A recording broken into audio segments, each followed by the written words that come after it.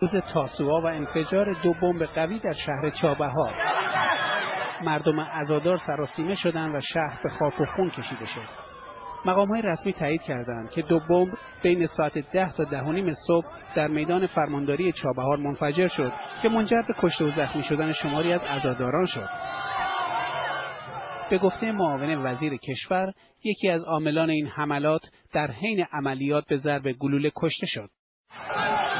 در بین کشته شدگان امروز چند زن و کودک دیده می شود و ده‌ها مجروح این عملیات انتحاری به بیمارستان‌های شهرهای نزدیک چابهار اعزام شدند.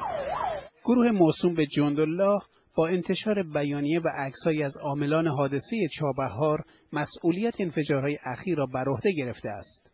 آنها خواستند با این اقدام انتقام کشته شدگانشان را از حاکمیت بگیرند.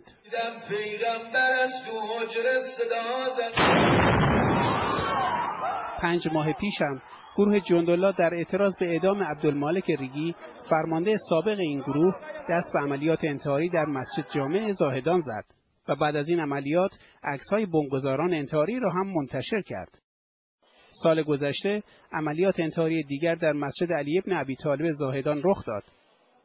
انفجاری دیگر در جریان نشست سران قبایل سیستان و بلوچستان با فرماندهان سپاه در شهر سرباز اتفاق افتاد که ده‌ها کشته و زخمی بر جای گذاشت و گروه جندالله هم مسئولیت آن را بر عهده گرفت.